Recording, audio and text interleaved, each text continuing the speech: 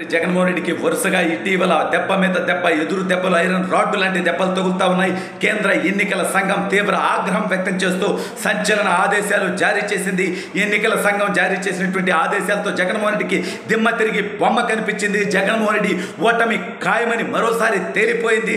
జగన్మోహన్ రెడ్డి తీవ్ర ఫ్రస్ట్రేషన్తో ఉన్నాడు. అసలు ఇంతకీ ఎన్నికల సంఘం ఏం చెప్పింది, మరి ఇప్పుడు జగన్మోహన్ రెడ్డి ఏం పీక్తాడు అనేది వీడియోలో వివరించిపోయే ముందుగా ఇప్పటివరకు మన ఛానల్ సబ్స్క్రైబ్ చేయని వాళ్ళు ఖచ్చితంగా సబ్స్క్రైబ్ చేయండి, మరో 10 మందితో చేయించండి. ఇక విషయానికి వస్తే కేంద్ర ఎన్నికల సంఘం ఆంధ్రప్రదేశ్ రాష్ట్రంలో జరుగుతున్నటువంటి అరాచకాలన్నింటినీ గమనిస్తూ ఉంది. అయితే జగన్మోహన్ రెడ్డి అనేటువంటి వ్యక్తి ఈ యొక్క నిరంకుశత్వవాది, ఈ యొక్క ఫ్యాక్షనిస్టు, దీని ఉద్దేశం ఏంటంటే ప్రజల్ని భయభ్రాంతులకు గురి చేయాలి, వ్యవస్థల్ని బానిసత్వం చేయించుకోవాలి, వ్యవస్థల్ని చెరపట్టాలి, భయపెట్టో బెదిరించో డబ్బుతోనో కులంతోనో మతంతోనో పని చేయించుకోవాలి. ప్రజలు ఓట్లు వేయరని తెలిసినటువంటి ఈ నీచమైనటువంటి ముఖ్యమంత్రి, ఈ 420 ముఖ్యమంత్రి, ప్రజాధనాన్ని దోచుకొని జైల్లో చెప్పకూడదని వచ్చినటువంటి ముఖ్యమంత్రి ప్రజల మీద నమ్మకం లేక వ్యవస్థల ద్వారా గెలవాలనేటువంటి నీచమైనటువంటి కుట్రలకు పాల్పడతా ఉన్నాడు. అయితే కేంద్ర ఎన్నికల సంఘం అంటే జగన్మోహన్ రెడ్డి ఆలోచనటువంటిదంటే కోర్టునే డబ్బులతో కొనేద్దాం, న్యాయమూర్తుల్ని డబ్బులతో కొనేద్దాం, ఆ నీచమైనటువంటి పనికి కూడా పాల్పడ్డాడు.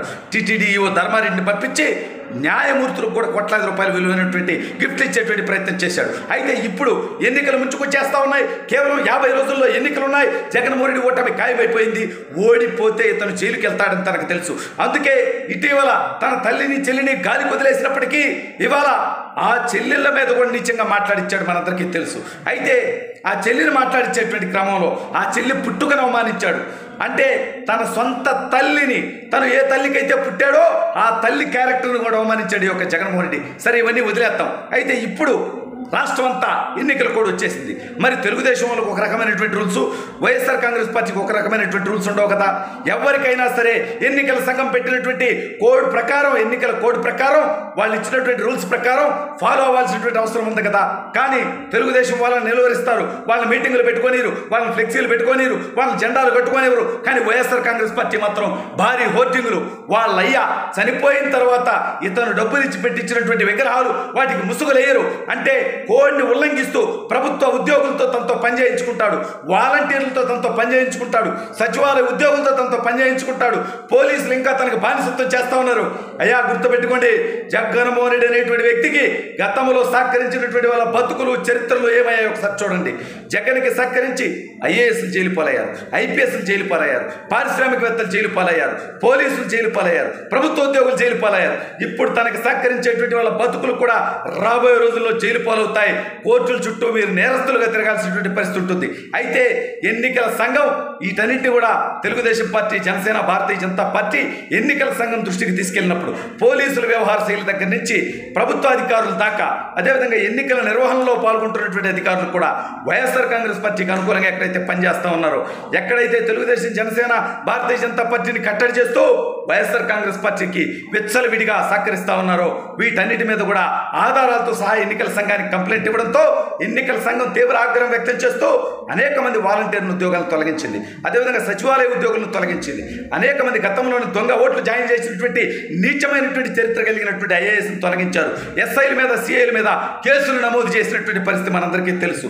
అయితే ఇవాళ ఎన్నికల సంఘం అంటే జగన్మోహన్ రెడ్డి ఉద్దేశం ఏంటంటే డీజీపీ నా బానిస ఉండాలి, పోలీసులు అడ్డపెట్టుకొని కేసులు పెట్టాలి, సిఎస్ నా బానిస ఉండాలి, వ్యవస్థలన్నింటినీ చెరపట్టాలి, ఎన్నికల సంఘం నా బానిస ఉండాలి, దొంగ ఓట్లు పెట్టుకుని వాటిని గుర్తించుకొని ప్రజలు ఓట్లేరు కదా ఈ దౌర్భాగ్యుడికి, ఎవరికి హామీ నిలబెట్టుకున్నావు, మహిళలకు మద్యపాన నిషేధం చేస్తానని నిలబెట్టుకున్నావా? వరే స్వామి 25 ఏళ్ళు మద్యం మీద వచ్చేటువంటి ఆదాయాన్ని అడ్డపెట్టుకొని లోన్ తెచ్చుకున్నటువంటి నీచుడు ముఖ్యమంత్రి.